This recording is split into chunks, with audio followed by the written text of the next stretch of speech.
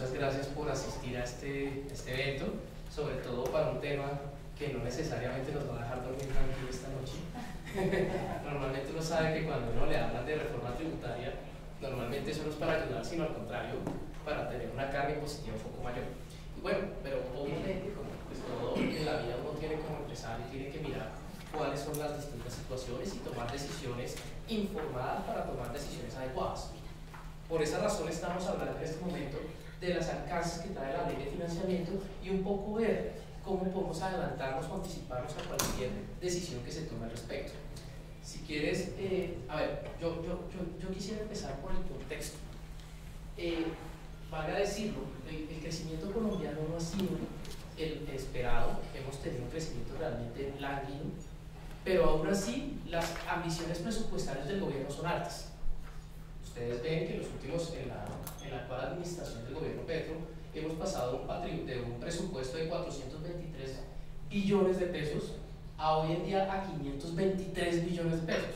Es decir, estamos teniendo un aumento que no se compasa con el crecimiento económico, pero que aún así el gobierno quiere, requiere esos recursos para cumplir su política social, lo cual trae pues discusiones internas. ¿Es para qué quiere eso? Porque pues todos hemos escuchado que el gobierno no ha ejecutado sus recursos, lo cual pues obviamente uno no tiene que ser un genio para entender que se da en el contexto de que se aproximan unas elecciones y pues que quiere tener los recursos para poder ejecutarlos y poder tener unos resultados electorales económicos pues favorables.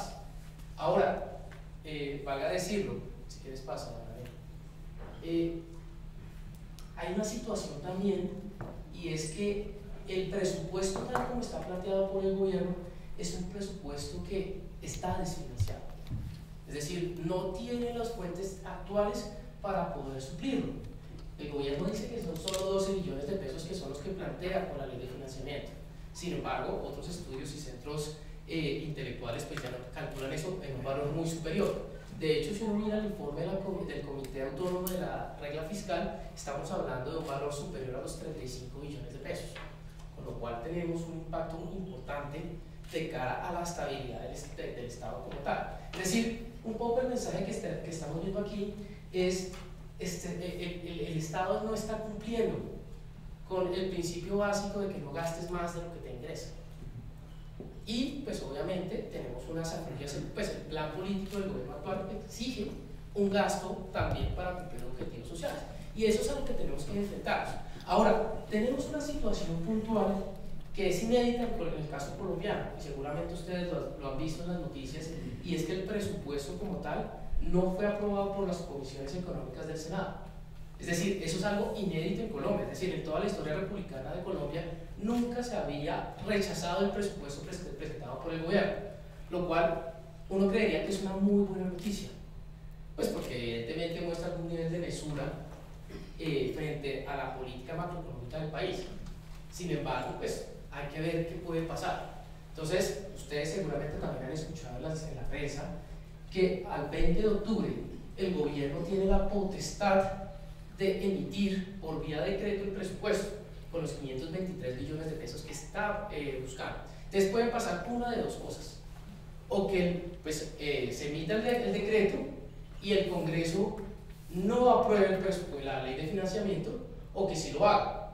Uno debería esperar que pues, las comisiones económicas que le rechazaron el presupuesto pues deberían nuevamente rechazarle la ley de financiamiento. Pero pues como estábamos discutiendo ahorita en el cóctel, pues no hay nada más confiable que un congresista, ¿no? Entonces, pues uno pues habrá que ver, amanecerá y veremos. Entonces, ¿qué pasa? Si no se aprueba la ley de financiamiento, a pesar de que el gobierno emita por decreto el presupuesto, a final de año, cuando emita la ley, el decreto en que detalle la asignación de partidas presupuestales, pues se va a dar cuenta que no tiene el financiamiento para ciertas partidas. Entonces es el gobierno mismo el que tiene que entrar a definir a qué partidas se le va a asignar los recursos y a cuáles no. Es decir, en la práctica, si no se aprueba la ley de financiamiento, pues el gobierno va a tener que, a las malas, aceptar que no tiene los recursos para cumplir la política social que tiene. Bueno, dicho eso, en ese contexto, me parece importante también, de todas maneras, que mencionar que la ley de financiamiento como tal quizás el componente más importante de ese proyecto está asociado a la regla fiscal. Ustedes saben que la regla fiscal es una medida pues, inspirada también en finanzas personales, es decir, no te endeudes más de lo que puedes pagar. Y lo que pretende el gobierno en esta oportunidad, que pues obviamente lo cuento de manera general porque tiene unos tecnicismos conceptuales, es básicamente ampliar su cupo de endeudamiento. Y básicamente la mayor parte del recaudo que espera, o mejor dicho, el recurso disponible que el gobierno espera tener, está asociado a este tema de la regla fiscal. Obviamente esto no nos afecta directamente a nosotros, digo directamente porque en el largo plazo sí que nos afecta, sobre todo porque pues toca pagar esa deuda, pero pues en el caso puntual específico no tenemos un impacto directo y varios congresistas están abiertos a esta posición.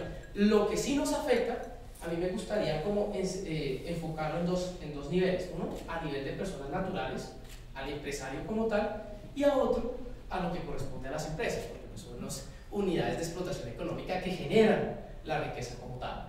Entonces, a nivel de personas naturales, básicamente tenemos 4 disposiciones que nos indican qué es lo que pretende hacer el gobierno.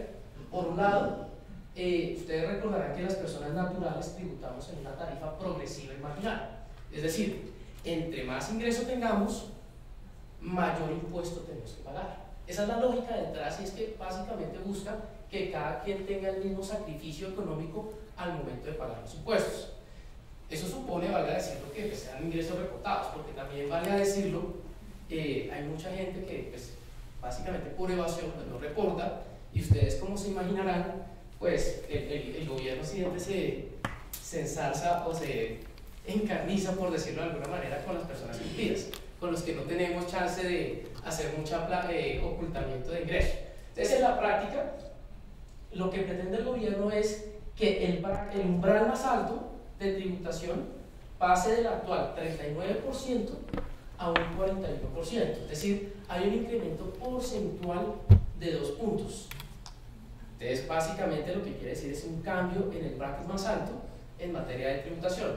Por otro lado, hay un efecto directo, sobre todo a los que tenemos rentas como asalariados, y esto sí que nos afecta a todos, y es que actualmente, como ustedes saben, o pues si no lo saben, pues les cuento, la retención en la fuente se calcula a través de uno de 2 métodos. Uno, el procedimiento 1, que tiene en cuenta los ingresos del periodo corriente, es decir, el ingreso mensual corriente, y el procedimiento 2, que tiene en cuenta los ingresos que se devengaron en el último año. Entonces, obviamente, cuando uno calcula la retención en la fuente con los ingresos del último año, evidentemente no tiene en cuenta aumentos, o eventualmente, si uno tiene un ingreso variable, pues no tiene en cuenta esos ingresos variables. Con lo cual, la tarifa del procedimiento 2 siempre tenía una tarifa de retención más baja que la del procedimiento 1.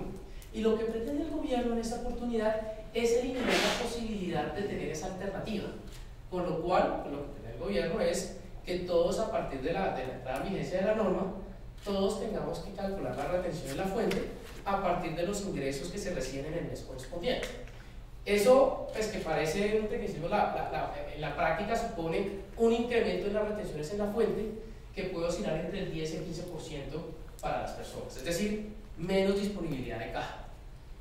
También, y esto sí puede ser de las pocas cosas positivas que trae la reforma, tiene que ver propiamente con la posibilidad de tomar un gasto deducible asociado a las facturas electrónicas, que es básicamente cuando ustedes van a cualquier comercio, pues pueden solicitar una factura electrónica y pagarla con un mecanismo de pago habilitado por una entidad financiera, y ese valor, independientemente del título de la compra, lo pueden tomar como un gasto deducible. Hoy en día la tarifa es del 1% como gasto deducible. Con la reforma pasa a ser el 5% durante un año, y el año siguiente al 3% y después al 1%. Evidentemente eso está destinado a incentivar a las personas a que pidan cada vez que vayan a cualquier comercio la factura electrónica. Entonces, si uno también es dueño de un comercio, tiene que enterarse que pues, evidentemente se lo van a pedir con mayor frecuencia, y pues evidentemente si uno no lo hace, pues está expuesto a que lo acusen ante la DIAN o que eventualmente dejen de comprar. Entonces es un tema también a tener en cuenta. Y finalmente, un tema que tiene que ver propiamente con la posibilidad de tomar como gasto deducible los dependientes. Hoy en día, papá y mamá se pueden tomar como gasto deducible a su hijo. Con la reforma lo que se busca es que solo uno de ellos pueda hacerlo. Entonces, en la práctica, incrementan el recaudo por vía de la limitación de beneficios. Ahora, vamos a mirar el efecto numérico que trae esta reforma para que no sea un tema conceptual. Como yo les comentaba, en materia de impuestos sobre la renta, nosotros tributamos de una forma progresiva y marginal. ¿Eso qué quiere decir cuando les digo progresiva y marginal? No es que si yo tengo ingresos de 1.459 millones de pesos, voy a tributar por el 39%, sino que cada segmento del ingreso tributa por la tarifa correspondiente, de manera que los primeros 51 millones de pesos no tributan. Los siguientes 80 millones de pesos, es decir, los 30 millones de pesos siguientes, graban al 19%, y así sucesivamente, es decir, por segmento de ingreso que tenga la persona. Entonces, lo que busca la reforma es básicamente que cuando una persona tenga ingresos superiores a 1.459 millones de pesos, pues tenga ya no el umbral de la renta no sea el 39%, sino el 41%. Entonces, eso supone pues un efecto pues para las personas con ingresos más altos, valga decir, que en la práctica supone, si uno tiene ingresos mensuales de 150 millones de pesos, que ese es el target o el objetivo que tiene la reforma, pues va a empezar a tener una curva superior en materia de tributación.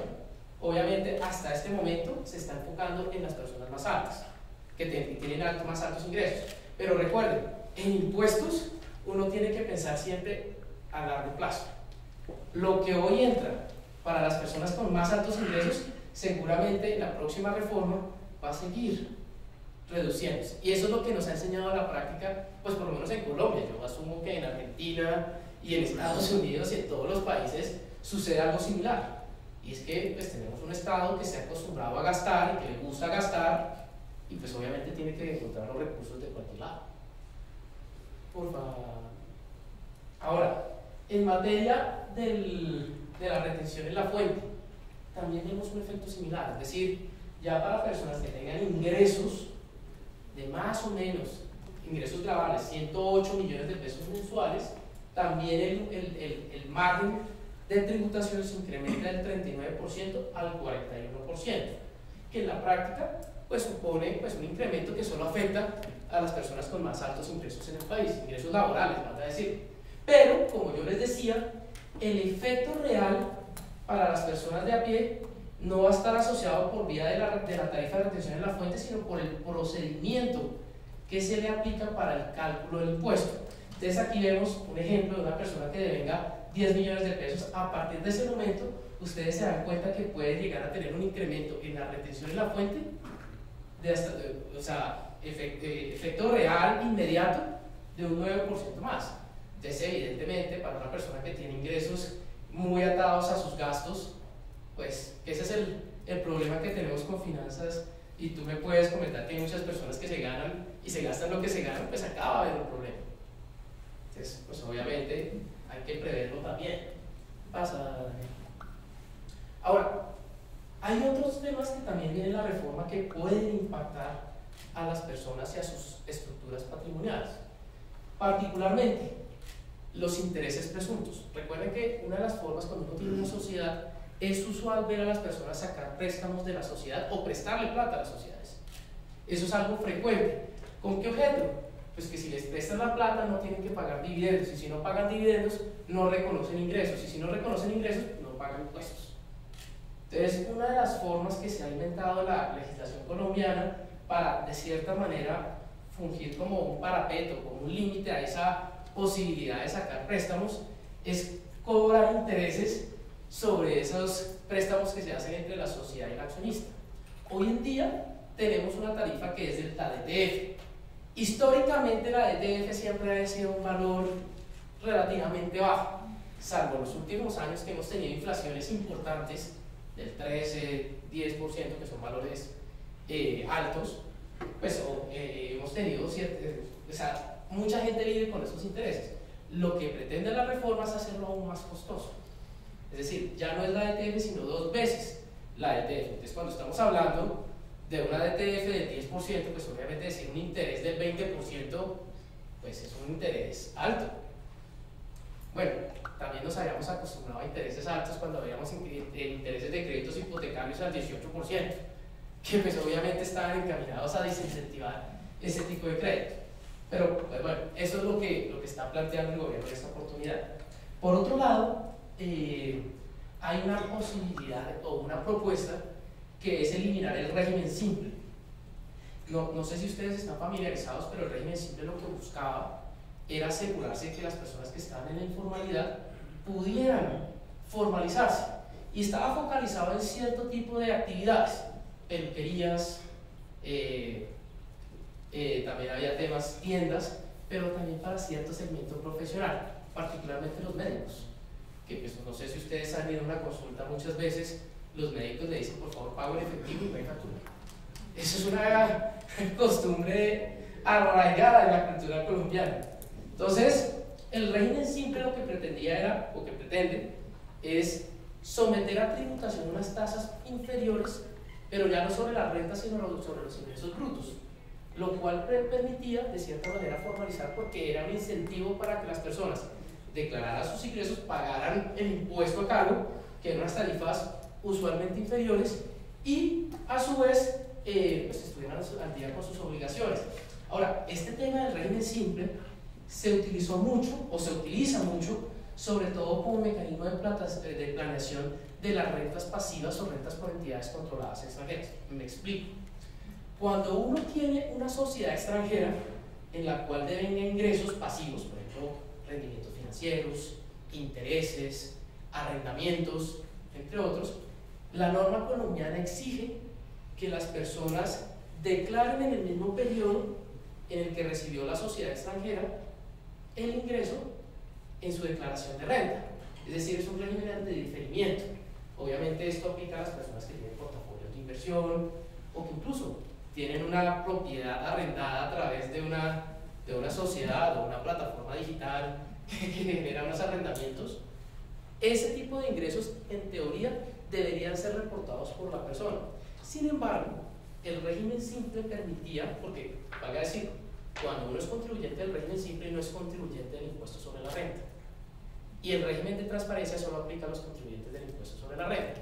Entonces se convirtió en un vehículo de planeación tributaria bien interesante para las personas, sobre todo porque permitía también a las personas que se dedican a profesiones liberales acogerse a este régimen.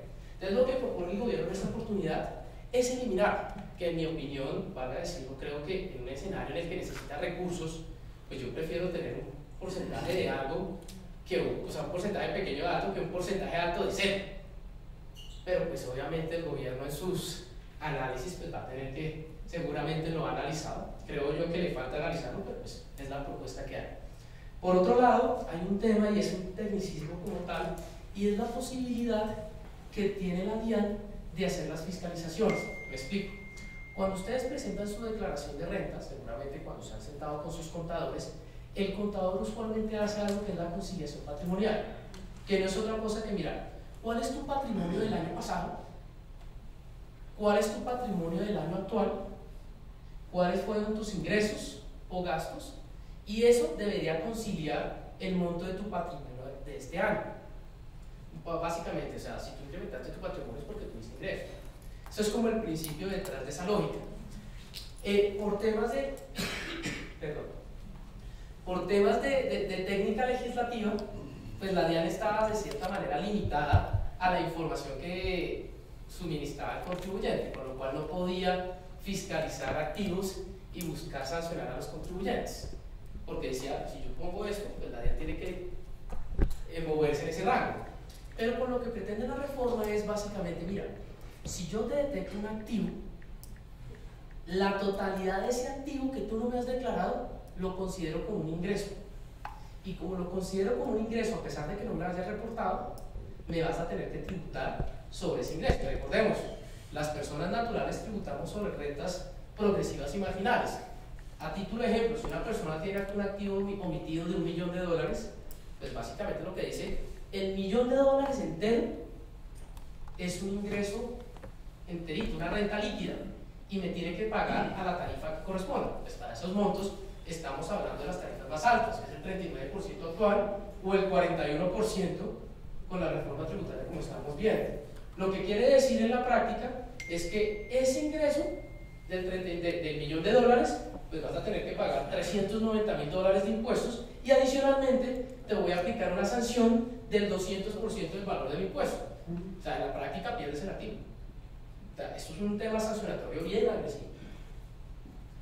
Ahora, también hay un ajuste como tal del tema del régimen de ganancias ocasionales. El régimen de ganancias ocasionales básicamente se aplica para los ingresos que reciben las personas cuando quieran que hagan enajenaciones de activos que hayan poseído por más de 2 años. Es decir, una casa o eventualmente la herencia que uno recibe de su padre o un regalo que alguien le hace, alguien que lo quiera uno mucho, le regale algo, pues uno tiene que pagar en Colombia el impuesto de ganancias ocasionales. Actualmente la tarifa es del 15%, por lo que busca la reforma es incrementarlo al 20%. Valga decirlo, durante el gobierno Petro la tarifa inicial era del 10% y va a quedar en el 20%, con lo cual en la práctica se duplicó el impuesto sobre la renta o el impuesto de ganancias ocasionales. Y esto va a tener un impacto directo, pues obviamente en todas las reorganizaciones patrimoniales de las familias, porque evidentemente pues, los padres, y esa es la experiencia que he tenido, normalmente construyen sus patrimonios con el objetivo de pasarlos en línea sanguínea. Es decir, la lógica conceptual de crear un patrimonio es para que pues, obviamente enriquezca y sirva de sustento para sus hijos y para sus nietos. Entonces, obviamente, con un incremento de la tarifa del impuesto, pues es una invitación más a que se busquen alternativas para hacer eficiente este tipo de impuestos para asegurarse de que pues, cada vez que muera alguien, pues obviamente no se lleve un valor importante del patrimonio familiar. Ahora, el tema del impuesto al patrimonio, que creo que ese es uno de los impuestos más antitécnicos que tenemos, pero pues que la verdad sea dicha, Colombia es uno de los pocos países en que tenemos este tipo de disposición. El impuesto al patrimonio parte de la base de que pues, uno tiene que pagar un porcentaje del patrimonio líquido para efectos tributarios que declara. Anteriormente, pues siempre era un impuesto de naturaleza temporal, y temporal entre comillas, porque siempre lo renovaban cada 4 años, pero siempre lo hacían con tarifas relativamente manejables.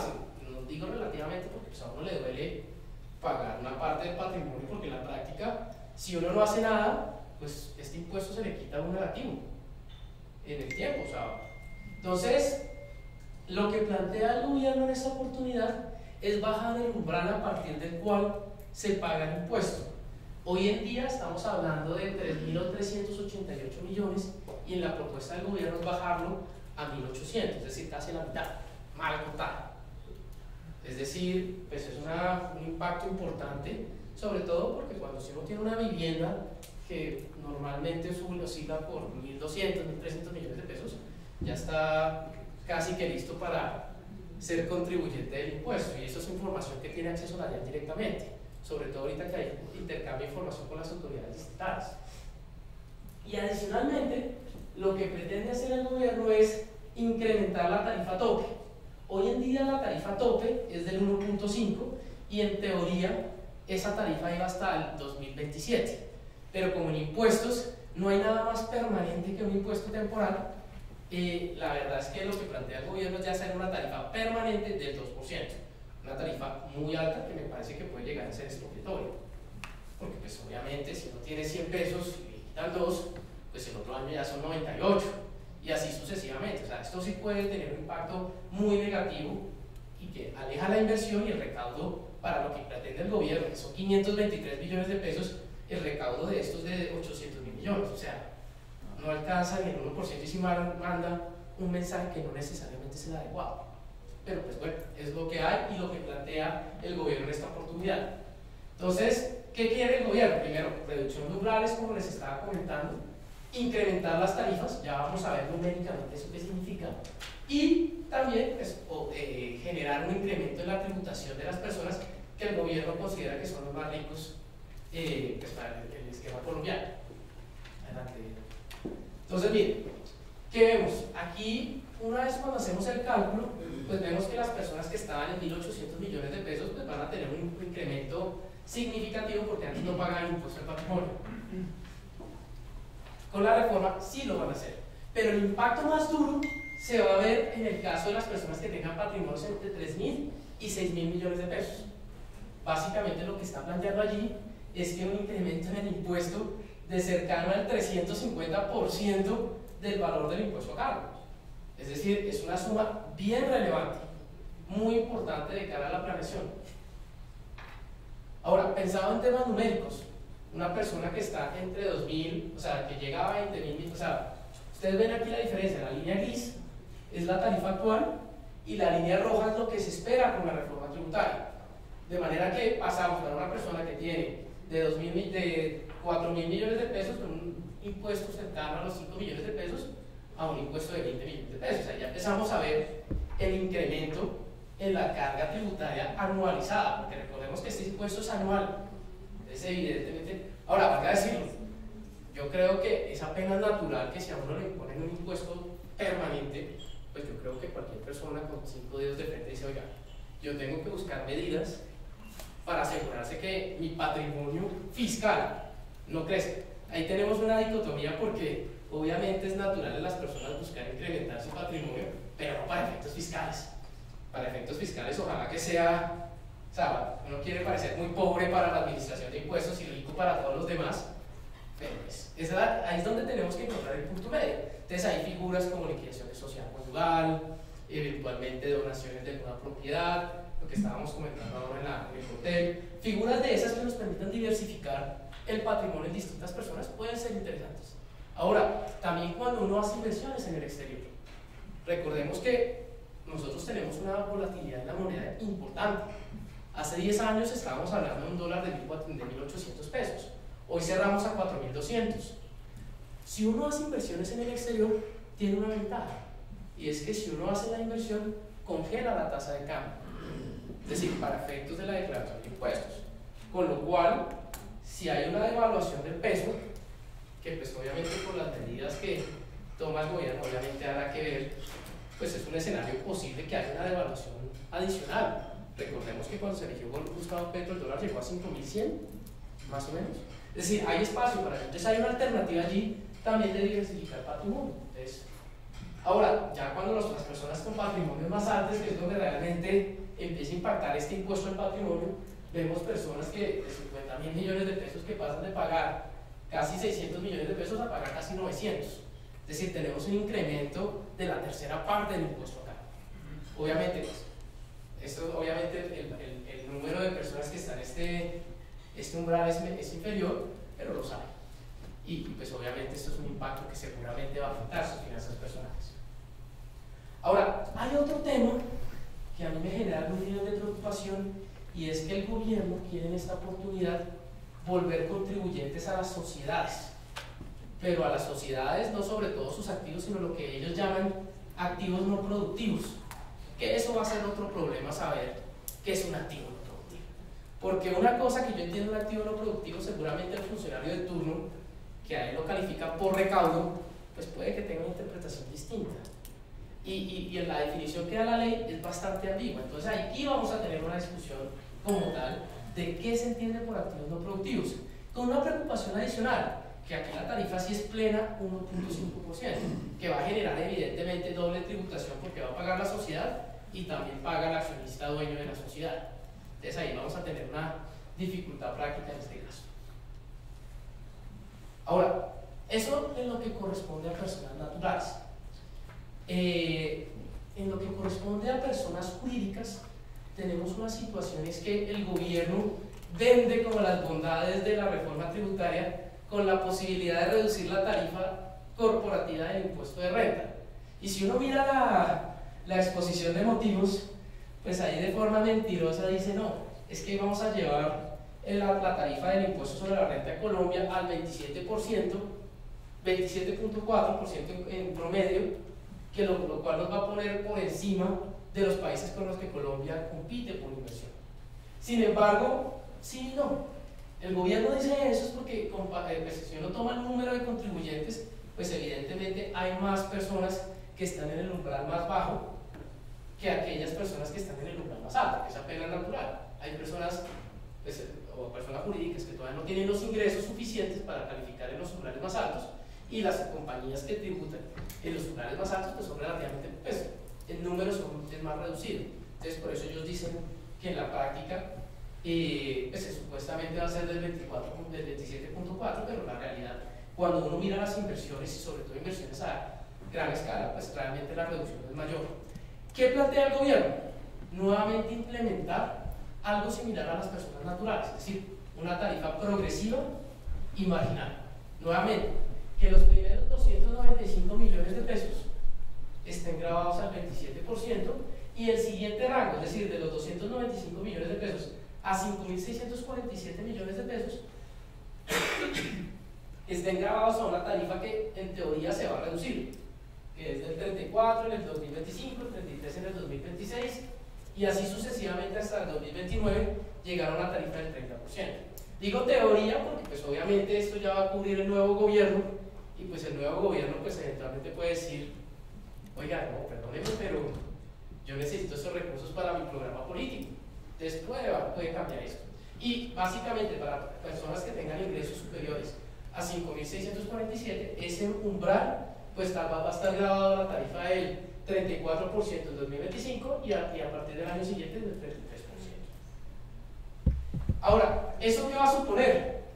Que la tarifa promedio en función de los ingresos que tenga una compañía en los umbrales más altos pues va a pasar del 35% actual al 32.82%, que es donde se miran las inversiones, sobre todo cuando se hacen proyectos con el objetivo de que crezcan. Entonces realmente la reducción que plantea el gobierno no es tan generosa como lo plantea. Ahora, también para las personas jurídicas se plantea aumentar el impuesto de ganancias ocasionales del 15 al 20, en la misma lógica que habíamos visto previamente. Adicionalmente, se establece un nuevo requisito para la deducibilidad de gastos, y es que se practique y pague la declaración de renta. Es decir, ya lo plantea como requisito, sobre todo porque una práctica usual de las personas no pagar la retención de la fuente y solamente pagarla después, obviamente pagar intereses, pero esa era la lógica. Y hay un tema que sí me parece un poco un mensaje que pues obviamente uno tiene que manejar los temas tributarios y contables con personas de suma confianza, porque se establece lo que en los Estados Unidos se conoce como la ley del soplón, y es básicamente aquel que denuncie que alguien está evadiendo impuestos, si aporta las pruebas para eso, pues va a tener una recompensa, es decir, es una recompensa del 20%, o sea, si uno delata a alguien que está evadiendo 2.000 millones de pesos,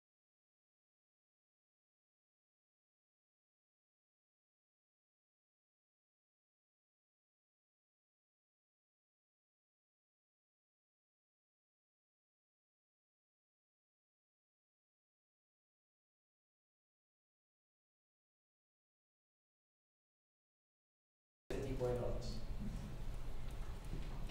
Bueno, y también ya para concluir y dar espacio para la charla sobre la guía, hay un tema que trae la reforma y es el tema del impuesto mínimo. Yo no sé si algunos de ustedes han tenido que sufrir este calvario, y es básicamente una fórmula que se inventó el gobierno para asegurar que la tarifa de tributación efectiva no sea inferior hoy en día al 15% de la utilidad contable depurada. Es decir, en cierta medida le establece un límite a lo que uno puede tomar como gastos y beneficios al momento de calcular el impuesto.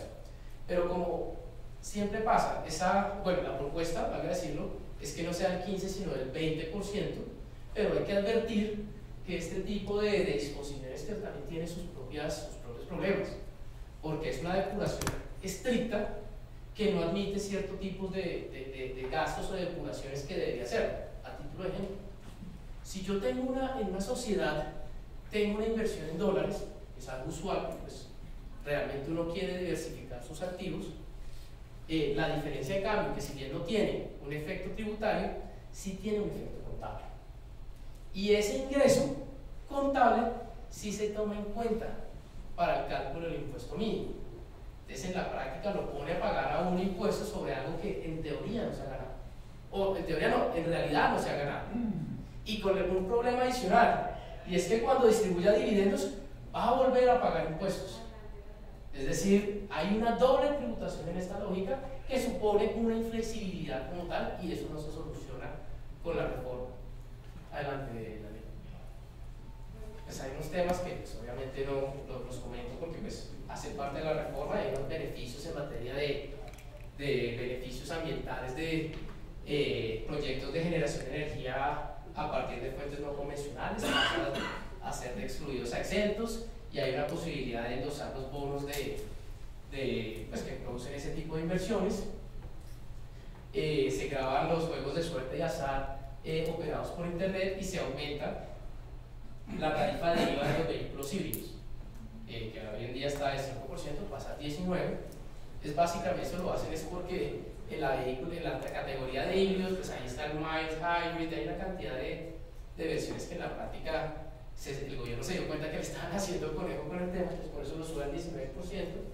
Elimina el beneficio de auditoría que hoy está vigente para el 2024, 2025 y 2026. El beneficio de auditoría básicamente es un mecanismo que tienen las personas para hacer que la declaración tributaria cierre, es decir, adquiera firmeza en un plazo más corto. Si uno incrementa el impuesto a cargo en relación con el impuesto del año anterior, la declaración puede cerrar en un término de 6 meses o en un término de un año, lo cual pues cuando uno tiene algún nivel de exposición, pues obviamente uno juega a que la autoridad no tenga las herramientas para conducir las investigaciones y la fiscalización. Entonces eso lo pretende eliminar la reforma tributaria, y también establece algo que pues amanecerá y veremos, que es el tema de las devoluciones automáticas de impuestos. Es decir, como van a aumentar la tarifa de retención en la fuente, pues hay muchas personas que van a terminar con saldo a favor. Entonces lo que se plantea es emular un poco el sistema de los Estados Unidos, en el cual pues cuando hay un saldo a favor, la autoridad tributaria siempre le envía un cheque a las personas pues por esos montos. Amanecerá y veremos. Listo. Bueno, y pues hay un tema ahí ya propiamente de gasto, de populismo, si se quiere, que tiene que ver con el tema de la regla fiscal que ya había comentado, y también la posibilidad de otorgar créditos por parte del Fondo Nacional del Ahorro sin garantía. O sea, básicamente es una forma de sacarle plata a la entidad, y un aumento del impuesto al carbono.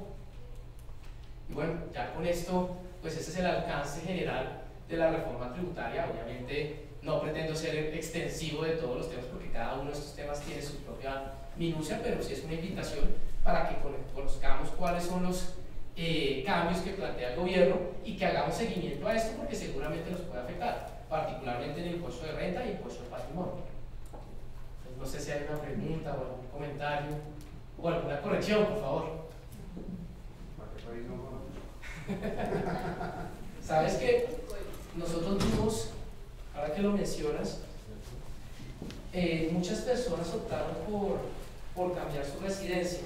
Lo que pasa es que cuando uno o sea, donde tú quieres ir, allá se paga más. Es decir, uno termina yéndose a Panamá. No estoy hablando más de Panamá. Pues, tengo un cliente, por ejemplo, para darte un caso de la vida real. Un cliente se fue a Panamá y después de 3 meses dijo no. Esto está muy aburrido. Perdón. No, posibilidades de esto pase en el Congreso hoy en día con tanto desgaste. Pues mira, la posibilidad, yo te diría, en la que, porque yo llevo trabajando en impuestos, que ya son 15 años, así me parezca, yo te he dicho que siempre he escuchado que hay posibilidad de que no pase la reforma, pero siempre sale algo. Y como te decía, si bien el Congreso, las comisiones económicas rechazaron el proyecto de presupuesto, y uno en teoría debería asumir que la ley de financiamiento debería correr la misma suerte, pues la experiencia nos ha enseñado que las personas más confiables son los congresistas. Entonces, pues es probable que terminen haciendo acuerdos, eventualmente no para todo lo que está planteando, pero sí para algo. Entonces, uno debería esperar que sí pase algo de esto.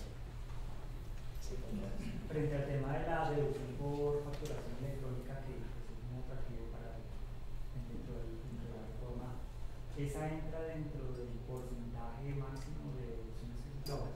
Esa parte. Esa parte. Lo que pasa es que esa sí tiene un límite en sí mismo, que hoy en día está más o menos básicamente, hoy en día es el 1% Y lo máximo hoy en día son 1.000 millones de pesos, con lo cual te puedes tomar un gasto deducible de 10 millones de pesos. Con la prorreforma lo que plantea es llevarlo al 5%, pero también va a tener unos umbrales máximos de... Y eso sí va a depender del valor de la VT el año entrante. No sé, ¿alguna otra pregunta? Bueno, pues muchas gracias por su atención. Qué pena un tema tan denso para las 8 de la noche. Entonces, pues bueno, si quieren...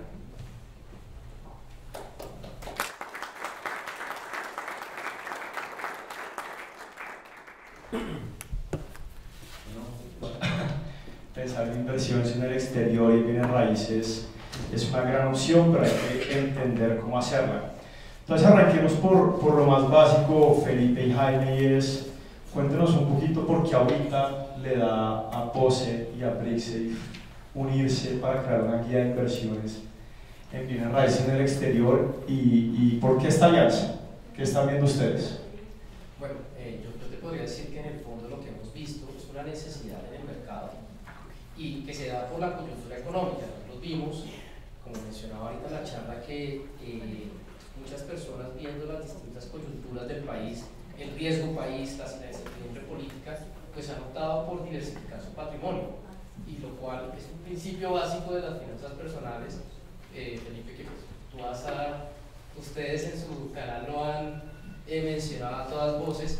Entonces, pues lo que hemos visto es el interés de las personas de poder contar con activos en otra divisa.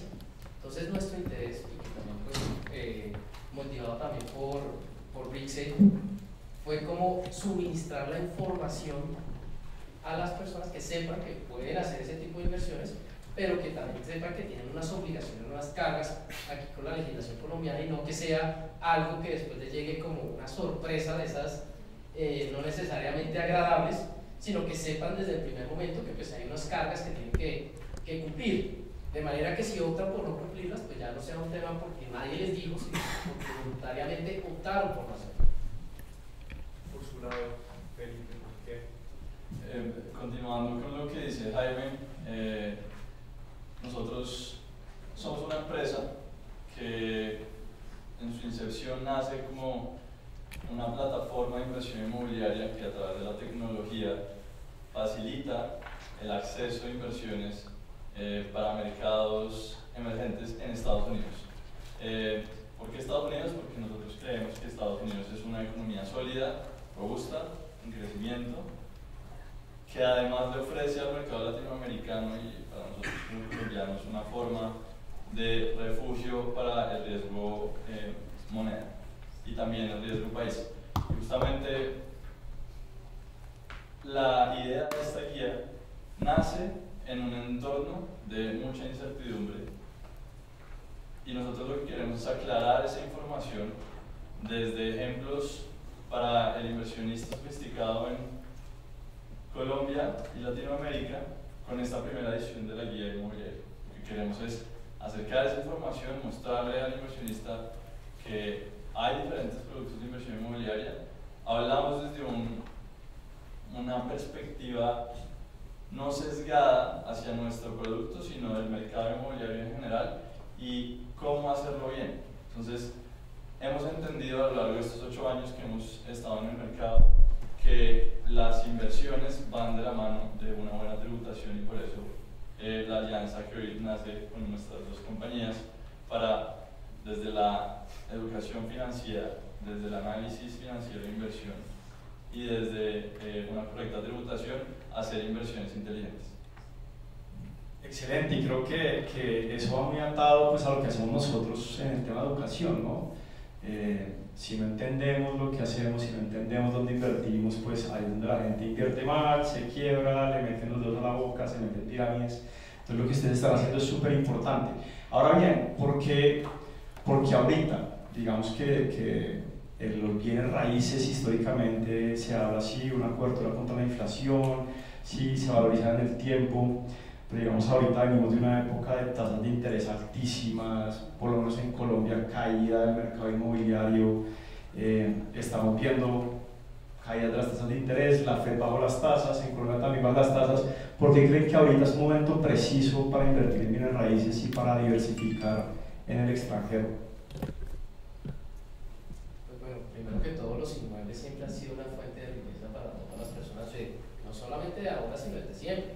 De hecho, en algún momento Sofía decía que en algunos casos ojalá uno deseara no haber vendido la casa de los abuelos, porque ese mismo inmueble en su momento, hoy en día, se hubiera valorizado de forma importante. Entonces, para decirlo, los inmuebles normalmente son un activo refugio que ofrece tranquilidad para las personas que normalmente, no siempre, pero normalmente adquiere valor en el tiempo y ofrece algún tipo de estabilidad a las personas.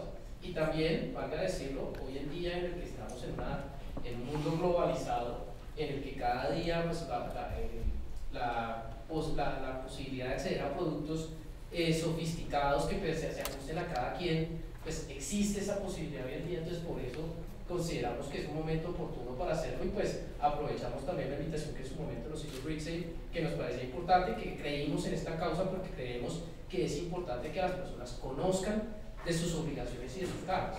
Entonces de aquí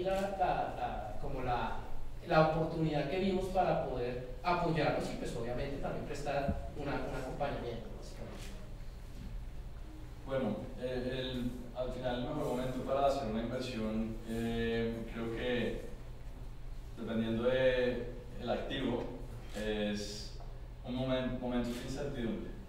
Inversionistas sofisticados pensando en una inversión a largo plazo, y de eso se tratan los bienes raíces, piensan en hacer una inversión a 10 años, a 5 años, y nosotros lo que hacemos es mostrarle a las personas en esta guía cómo se comporta el mercado de bienes raíces americano históricamente, y por qué hoy este momento es un buen momento para hacer una inversión o pensar en diversificar este patrimonio familiar del que Jaime hablaba en la charla hacia un mercado como Estados Unidos. En la guía nosotros hablamos de diferentes tipos de activos, pero también hablamos del mercado de los single family homes o de viviendas unifamiliares, que es un activo muy competitivo si uno analiza el entorno de inversiones global. Entonces, si uno está analizando diferentes índices del mercado de valores, uno está viendo cómo los índices de precios de las viviendas van en subida y compiten con incluso el índice de Nasdaq 100, que es las 100 compañías de tecnología más importantes del mundo que cotizan en Nueva York. Eso lo que a un patrimonio de familia que al final suele tener un peso importante también en acciones, en empresas, están invirtiendo en private equity, le dice que hay una buena oportunidad en el mercado de bienes raíces de diversificar y diversificar inteligentemente pensando a largo plazo. Hemos visto valorizaciones anualizadas del mercado de los single families del 5.5%. Esto es a nivel mercado, esto es cuando tú no estás apalancado en un profesional invirtiendo en activos seleccionados con cuidado, en fondos, en empresas como las nuestras. Si tú inviertes de una manera hacia el mercado, vas a llegar a este nivel de rentabilidad que para un patrimonio grande de familia es una muy buena rentabilidad si hablamos de inversiones a 10, a 15 años, a 40 años.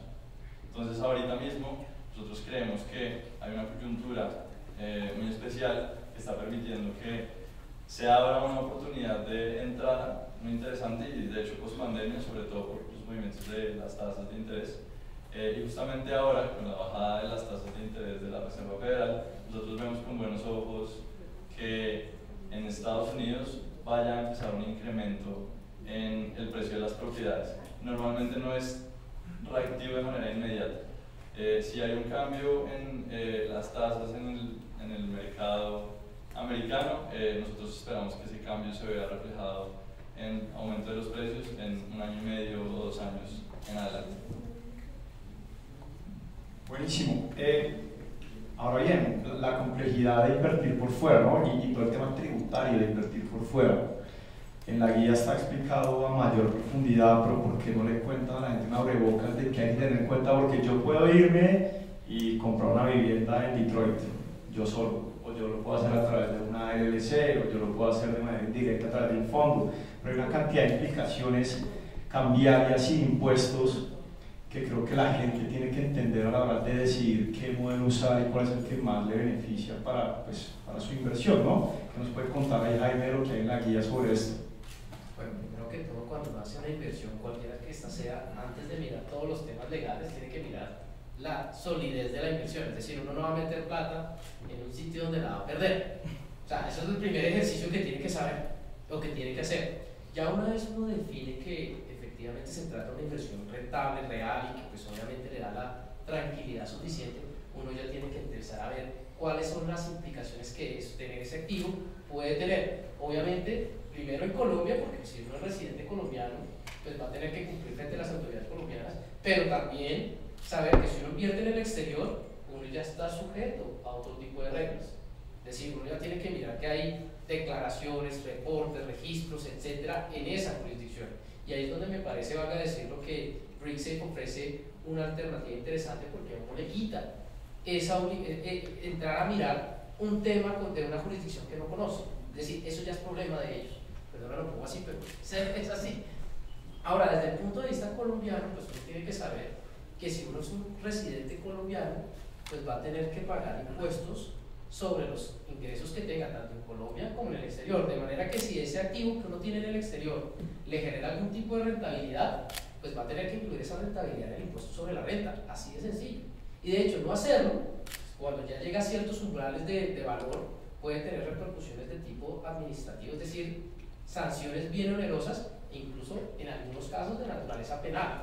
Entonces, es importante saber que pues, uno tiene que declararlos en todos los casos en su declaración, tanto declaración de impuestos de renta, declaración de activos en el exterior, y pues cuando uno llega a los umbrales patrimoniales del impuesto al patrimonio, también dentro del impuesto al patrimonio. Ahora, desde el punto de vista cambiario, ahí sí vamos a tener que empezar a mirar qué tipo de activo estamos hablando.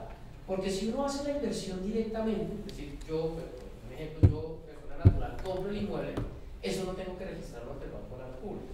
Pero si lo hago a través de una sociedad, sí lo debo hacer, porque eso es una de las obligaciones o de las operaciones obligatoriamente canalizables a través del mercado cambiario.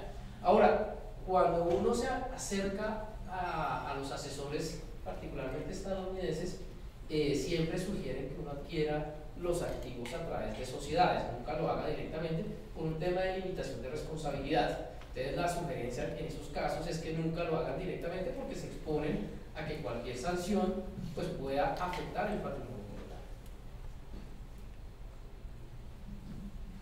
Bueno, ya ahí esa es la materia de expertise de Jaime. Sin embargo, es importante tener en cuenta el tipo de garantías que cualquier vehículo de inversión ofrece y, digamos, la aproximación que nosotros queremos darle a esa información que plasmamos en el proyecto junto con POSE y con mis propias finanzas es precisamente mostrarle a las personas que es posible crear patrimonios diversificados en Estados Unidos a través de este tipo de inversiones de una manera bien hecha, y trazamos esa hoja de ruta. Hay una pregunta. Digamos que pensar uno en hacer una inversión en el exterior en una zona con alto crecimiento como Houston o Detroit, uno lo ve demasiado lejano. BrickSafe, ¿cómo hace para acercarle eso a la gente que está acá sentada o a los colombianos? ¿Qué ofrece? No, bueno, dije cualquier ciudad de Estados Unidos.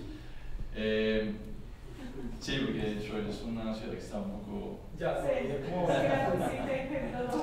Ya, yo la tenía en la cabeza, pero Chicago, pero es un buen punto de partida, porque al final las personas, cuando están concentradas en diversificar y en armar estos portafolios de inversión inmobiliarios en otra jurisdicción distinta a la colombiana, carecen de muchas veces buenos asesores o información.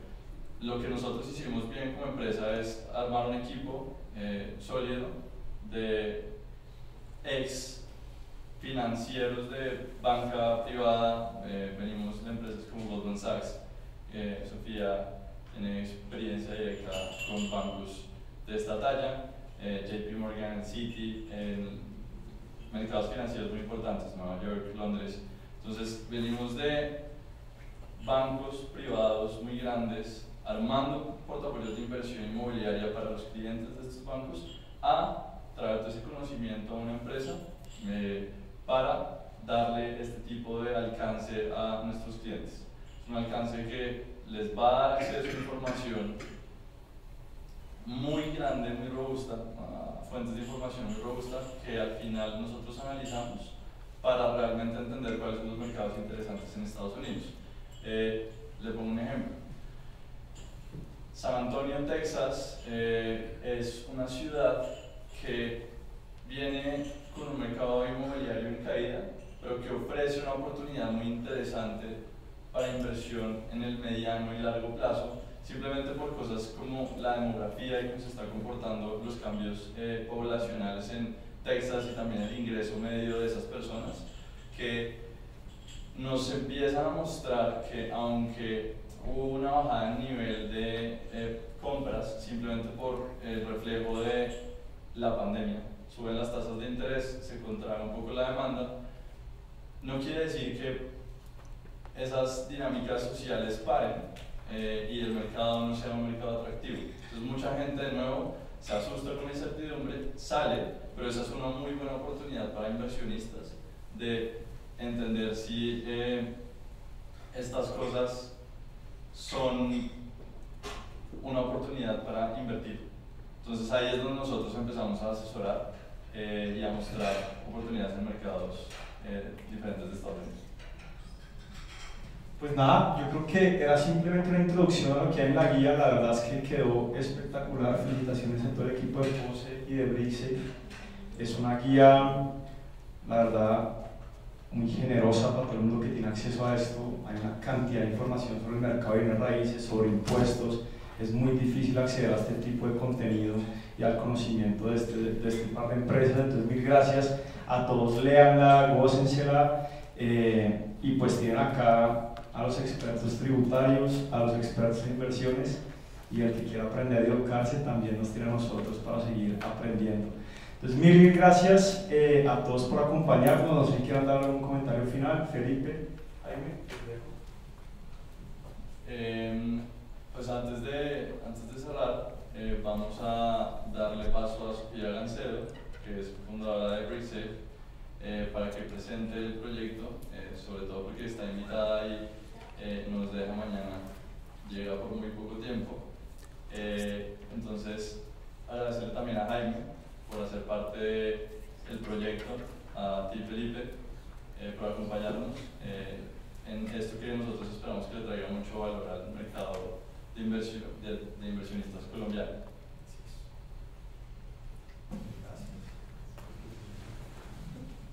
Muchas gracias.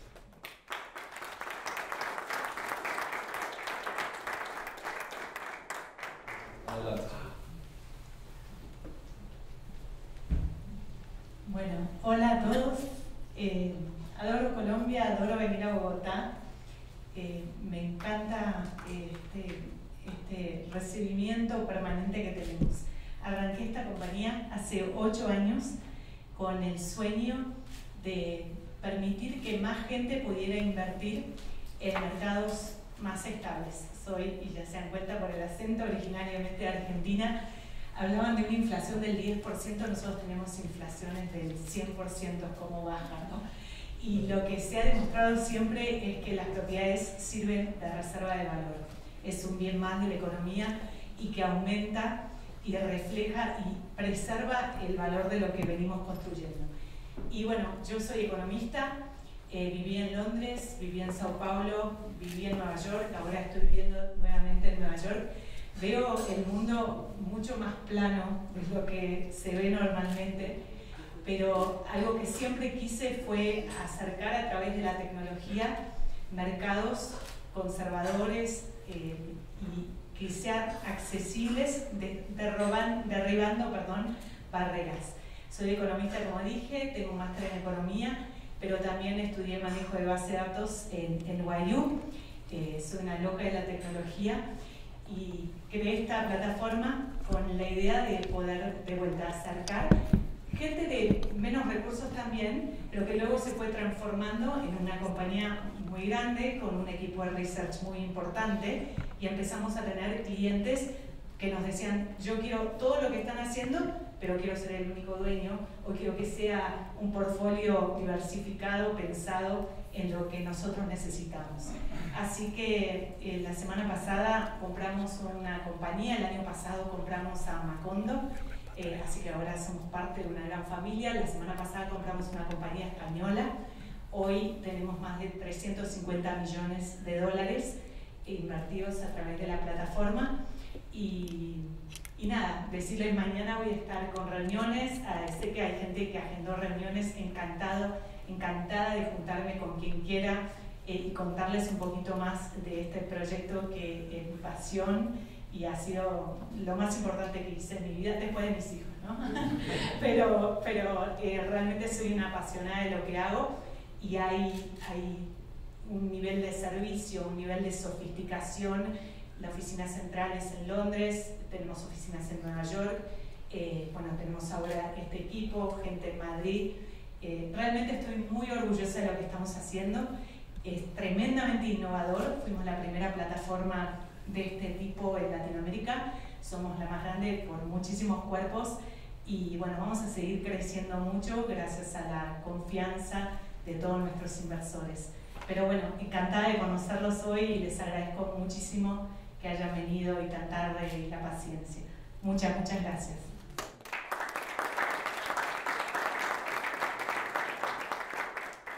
Bueno, ya para despedirnos, agradecerles a todos por haber venido. Me dicen que hay todavía bebidas, vamos a tener pasabocas, entonces para que por favor aprovechen.